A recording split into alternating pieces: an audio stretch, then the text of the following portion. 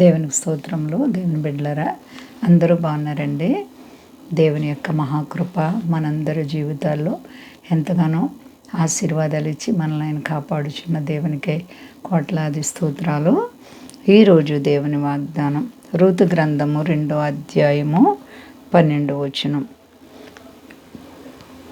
యెహోవా నీవు చేసిన దానికి ప్రతిఫలం ఇచ్చును. ఇశ్రాయేలీల దేవుడైన యెహోవా రెక్కల క్రింద సురక్షితముగా నుండినట్లు నీవు వచ్చితివి. దేవునికి స్తోత్రం. హల్లెలూయా. ఎంత గొప్ప వాగ్దానమో చూడండి.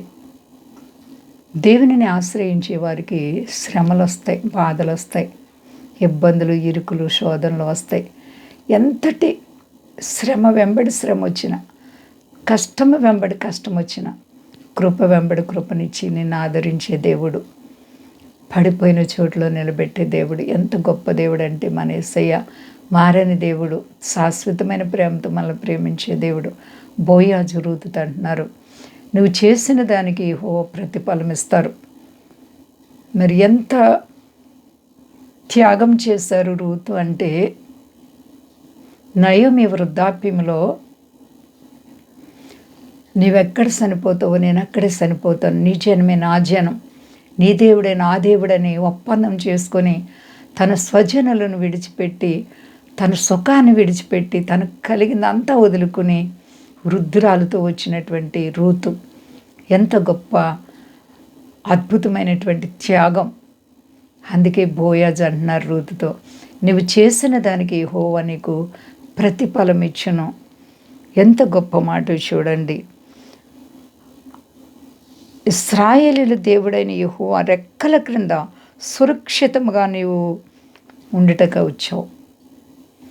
యెహోవా రెక్కల క్రింద సురక్షితంగా ఉంటావు నువ్వు.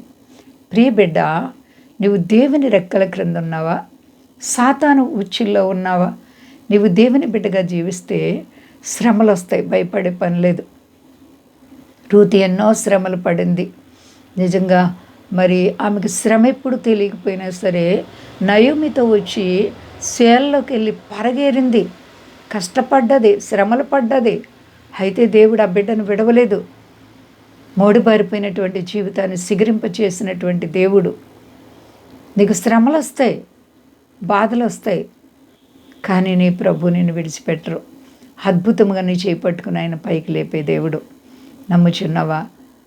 ఆయన రెక్కల క్రింద సురక్షితంగా ఉంటావు. ఒకవేళ ప్రస్తుతం శ్రమే ఉండొచ్చు, ఇబ్బందే ఉండొచ్చు, అసలు నీ ఊహించలేనటువంటి పరిస్థితుల్లో చాలా ఇరుకులో నీవు ఉండొచ్చు, కానీ నీ ప్రభు నీకు దాన్ని విశాలతగా చేసే దేవుడు. ఏ పరిస్థితుల్లో మనం భయపడే పని లేదు. మన దేవుడు ఆశ్చర్యకార్యాలు చేసే దేవుడు. నమ్ముచున్నవా? నమ్మిన ఎడల దేవుడు నీ జీవితంలో వింత కార్యాలు చేస్తారు. బలహీనత లేక రుణాల సమస్యల ఏ కష్టం నేను కృంగజేస్తుంది, యేసునామములో విడుదల కలుగుతుంది. ప్రియ బిడ్డ, భయపడే పని లేదు. అంతా క్షేమంగా ఉన్నారండి. ప్రార్థించుకుందాం. ప్రేమ నమ్మకమైన మా తండ్రి, ఎంత గొప్ప దేవుడు ప్రభువా. అవును తండ్రి, ఎవరైతే నీపై ఆధారపడతారో వారు పడిపోయిన గుంటలో నుంచి పైకెత్తే దేవుడు, కష్టాలు, బాధలు, ఇరుకులు, ఇబ్బందులను తప్పించి క్షేమాన్ని ఇచ్చే దేవుడు, సురక్షితంగా కాపాడే దేవుడు ప్రభా. రూతు జీవితంలో ఎంత కార్యాలు చేసావు. అవును ప్రభా, ఏ చేలులైతే ఆమె ఎంతో దీనస్థితిలో పరగేరుకుందో ఆ సేనికి అధిపతి అయిపోయింది తండ్రి. ఎంత గొప్ప దేవుడు ప్రభా. నీ క్రియలు ఆశ్చర్యములు, అద్భుతములు ప్రభా. నీవు గొప్ప దేవుడిగా నిరూపించుకుని మహిమ పొందు. అలాగే ప్రభు, మా దేశాన్ని, దేశ నాయకులను కాపాడండి. మా దేశ ప్రజలందరినీ రక్షించండి.